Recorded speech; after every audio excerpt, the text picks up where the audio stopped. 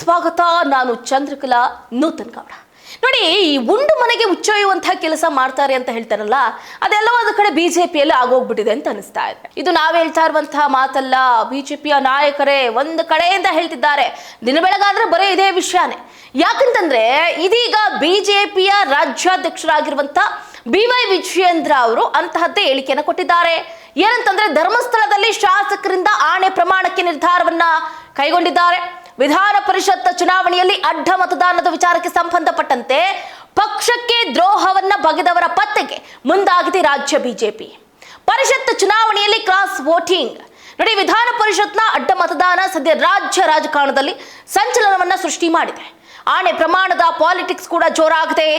ಇನ್ನು ಈ ಬಗ್ಗೆ ಮಾತನಾಡಿರುವಂತಹ ಕೇಂದ್ರ ಸಚಿವ ಪ್ರಹ್ಲಾದ್ ಜೋಶಿ, ಬಿಜೆಪಿ ಶಾಸಕರಿಂದ ಅಡ್ಡ ಮತದಾನ ಆಗಿರುವುದು ದುರ್ದೈವದ ಸಂಗತಿ ಅಂತ ಹೇಳಿದ್ದಾರೆ.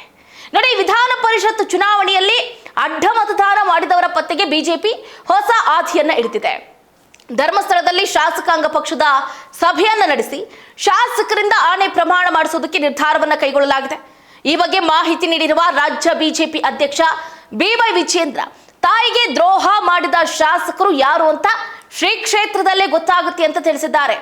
ಇದೊಂಥರ ಹೆಂಗಾಗ್ಬಿಟ್ಟಿದೆ ಅಂತಂದ್ರೆ, ಬಿಜೆಪಿ ನಾಯಕರಲ್ಲಿ ಒಂದು ರೀತಿಯಂತ ಗೊಂದಲ ವಾತಾವರಣ ನಿರ್ಮಾಣ ಆಗಿದೆ. ಯಾರನ್ನ ನಂಬೋದು, ಯಾರನ್ನ ಬಿಡೋದು, ನಮ್ಮ ಜೊತೆ ಇದ್ದವರೇ ಬೆನ್ನಿಗೆ ಚೂರಿ ಆಗ್ತಿದ್ದಾರೆ, ಹೆಂಗಪ್ಪ ಇದು ಪರಿಸ್ಥಿತಿ ಅಂತ ಬಿಜೆಪಿ ನಾಯಕರಲ್ಲೇ ಈಗ ಅಸಮಾಧಾನ ಸೃಷ್ಟಿ ಆಗ್ತಾ ಇದೆ. ಬಿಜೆಪಿ ಶಾಸಕರಿಂದ ಅಡ್ಡ ಮತದಾನ ಆಗಿರೋದು ದುರ್ದೈವದ ಸಂಗತಿಯೇ ಹೌದು. ದುಡ್ಡಿನ ಆಸೆಗಾಗಿ ಕ್ರಾಸ್ ವೋಟಿಂಗ್ ಮಾಡಿದ್ದಾರೆ. ಸದ್ಯದ ಕೇಂದ್ರೀಯ ಸಮಿತಿ ಇದನ್ನ ಗಂಭೀರವಾಗಿ ಪರಿಗಣಿಸಿದೆ. ಈ ಕುರಿತು ತನಿಖೆ ನಡೆಸೋದಕ್ಕೆ ಸತ್ಯ ಶೋಧನಾ ಸಮಿತಿಯನ್ನು ಕೂಡ ರಚನೆ ಮಾಡಲಾಗಿದೆ. ಸೀಕ್ರೆಟ್ ಆಗಿ ಮಾಡಿದ್ದೀವಿ ಅನ್ಕೊಂಡ್ಬಿಟ್ಟಿದ್ದಾರೆ. ನೋಡಿ, ಕೆಲವೇ ದಿನಗಳಲ್ಲಿ ಯಾರು ಮಾಡಿದ್ದು ಅಂತ ಗೊತ್ತಾಗುತ್ತೆ. ಅದರಲ್ಲಿ ಯಾವುದೇ ರೀತಿಯಾದಂಥ ಅನುಮಾನ ಇಲ್ಲವೇ ಇಲ್ಲ.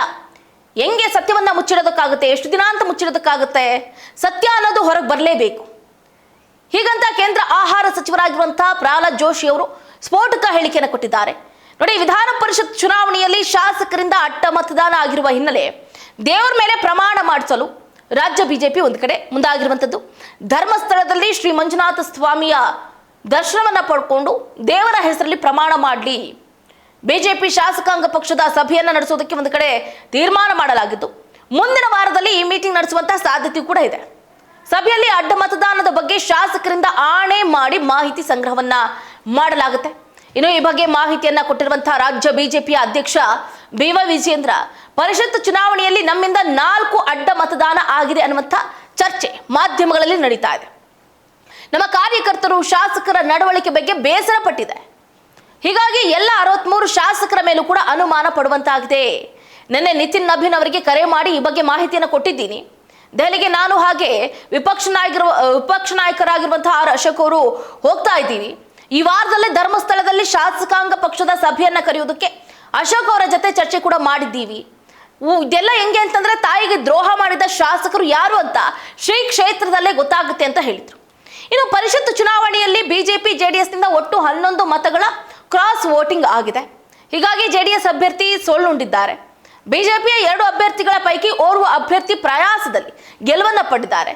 ಓರ್ವ ಅಭ್ಯರ್ಥಿಗೆ 30 ಮತಗಳು ಅಂತ ಕೊನೆ ಕ್ಷಣದಲ್ಲಿ ರಾಜ್ಯ ಬಿಜೆಪಿಯ ನಾಯಕರು ನಿರ್ಧಾರವನ್ನ ಕೈಗೊಂಡಿದ್ದು, ಪರಿಣಾಮ ಎಲೆಕ್ಷನ್ ನಲ್ಲಿ ಭಾರಿ ಮುಖಭಂಗ ಆಗಿದೆ.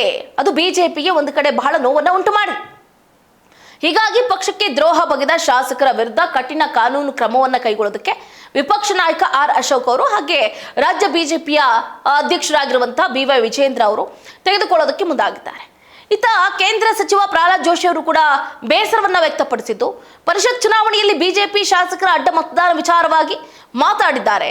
ನೋಡಿ, ಪಾರ್ಟಿ ಪರವಾಗಿ ಗೆದ್ದ ಮೇಲೆ ಪಾರ್ಟಿ ಪರವಾಗಿ ವೋಟ್ ಹಾಕ್ಬೇಕಲ್ವಾ, ಅವರ ವಿಶ್ವಾಸವನ್ನ ತೆಗೆದುಕೊಳ್ಬೇಕು ಅಂತಿಲ್ಲ. ರಾಜ್ಯಾಧ್ಯಕ್ಷ BY ವಿಜಯೇಂದ್ರ, ವಿಪಕ್ಷ ನಾಯಕ R ಅಶೋಕ್ ದೆಹಲಿಗೆ ಬರೋದಾಗಿ ಹೇಳಿದ್ದಾರೆ. ಬಿಜೆಪಿ ರಾಷ್ಟ್ರೀಯ ನಾಯಕತ್ವ ಇದನ್ನ ಗಂಭೀರವಾಗಿ ಪರಿಗಣಿಸುತ್ತೆ. ಸೊ ಇದನ್ನೆಲ್ಲ ಅಷ್ಟು ಈಸಿಯಾಗಿ ತಗೊಳ್ಳೋದಕ್ಕೆ ಹೋಗಬೇಡಿ ಅಂತ ಹೇಳಿದ್ರು.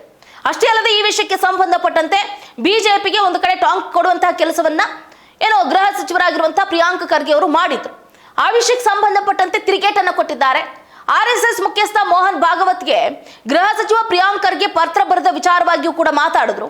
ಸಚಿವ ಪ್ರಿಯಾಂಕ್ ಹೇಳಿಕೆಗಳು ಹಳೆ ಗ್ರಾಮಾಫೋನ್ ರೀತಿ ಇದೆ. ಅವರ ಪತ್ರಕ್ಕೆ ಯಾವುದೇ ಬೆಲೆ ಇಲ್ಲ. DK ಶಿವಕುಮಾರ್ ನಂತರ ನಾನು ಮುಖ್ಯಮಂತ್ರಿ ಆಗಬೇಕು ಅಂದ್ಕೊಂಡಿದ್ದಾರೆ. RSSಗೆ ಬೈದವರಿಗೆ CM ಸ್ಥಾನ ಕೊಡ್ತಾರೆ ಅಂತ ಅನ್ಕೊಂಡಿದ್ದಾರೆ. RSS ಬಗ್ಗೆ ಪ್ರಿಯಾಂಕ್ ಖರ್ಗೆಗೆ ಕೇಳುವ ಅಧಿಕಾರನೇ ಇಲ್ಲ ಅಂತ ತಿರುಗೇಟನ್ನು ಕೊಟ್ಟಿದ್ದಾರೆ. ಒಟ್ಟಾರೆಯಾಗಿ ಈಗ ಕ್ರಾಸ್ ವೋಟಿಂಗ್ ವಿಷಯಕ್ಕೆ ಸಂಬಂಧಪಟ್ಟಂತೆ ಈ ಕ್ರಾಸ್ ವೋಟಿಂಗ್ ಮಾಡಿರುವಂತಹ ನಾಯಕರಿಗೆ ತಕ್ಕ ಪಾಠವನ್ನ ಕಲಿಸಬೇಕು. ಶ್ರೀ ಕ್ಷೇತ್ರ ಧರ್ಮಸ್ಥಳದಲ್ಲಿ ಅಂದ್ರೆ ಆಣೆಯನ್ನ ಮಾಡಿಸೋದ್ರ ಮುಖಾಂತರ ಯಾರು ನಿಜವಾಗಿಯೂ ಅಂದ್ರೆ ಅವರ ಆತ್ಮಸಾಕ್ಷಿಯಾಗಿ ವೋಟಿಂಗ್ ಅನ್ನ ಮಾಡಿದ್ದಾರೆ, ಇನ್ನ ಕೆಲವರೆಲ್ಲ ಹೆಂಗೆ ಈ ಮುಖಗಳಿಗೆ ಬಟ್ಟೆ ಕಟ್ಕೊಂಡು ವೋಟ್ ಹಾಕಿದ್ದಾರೆ, ಅವರೆಲ್ಲ ನಿಜ ಬಣ್ಣವನ್ನ ಬಟಾಬಯಲು ಮಾಡೋದಕ್ಕೆ ಈಗ ದೇವರ ಸಾನ್ನಿಧ್ಯಕ್ಕೆ ಅಂದ್ರೆ ಶ್ರೀ ಕ್ಷೇತ್ರ ಧರ್ಮಸ್ಥಳಕ್ಕೆ ತೆರಳಿ ಮಂಜುನಾಥನ ಸಮ್ಮುಖದಲ್ಲೇ ಆಣೆ ಪ್ರಮಾಣವನ್ನ ಮಾಡಿಸೋದಕ್ಕೆ ಬಿಜೆಪಿಯ ನಾಯಕರು ಮುಂದಾಗಿರುವಂತದ್ದು. ನೋಡೋಣ ಹಾಗಾದ್ರೆ ರಿಯಲ್ ಯಾರು ಫೇಕ್ ಯಾರು ಅನ್ನೋದನ್ನ ಮುಂದಿನ ದಿನಗಳಲ್ಲಿ ಕಾದಷ್ಟು ನೋಡ್ಬೇಕಾಗಿದೆ. ಇದಾಗುತ್ತೆ ಇವರಿಗಿನ ಅಪ್ಡೇಟ್. ನೋಡ್ತಾ ಇರಿ ಸ್ಪೀಡ್ ನ್ಯೂಸ್, ಸುದ್ದಿ ನಿಮ್ಮದು, ವೇಗ ನಮ್ಮದು.